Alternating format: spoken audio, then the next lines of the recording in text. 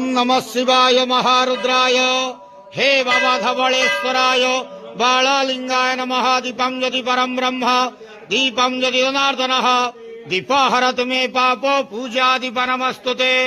अहे धवलेश्वर बालालिंग महाप्रभु संसार सुखी रखंतु। आज पवित्र मार्गशीर मासर प्रथमाष्टमी शुभ बुधवार रे समस्त श्रद्धालु भक्त मानक श्रीपद करंतु। मनस्कामना पूर्ण करंतु। कर्म क्षेत्रोन्नति करंतु। ग्रहनिष्ठ खंडन करंतु। जगतर मंगल करंतु। विश्वर कल्याण करंतु। आपणकर नाम विख्यात करंतु। सेवकर डाक श्रवण करंतु। समस्त गुआवसा भक्त मानकर मनस्कामना पूर्ण करंतु।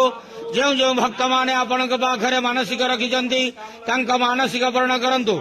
धवलेश्वराय बालालिंगाय नमो नमः। संसार सुखी रखंतु आनंद के वार हरि बोलो।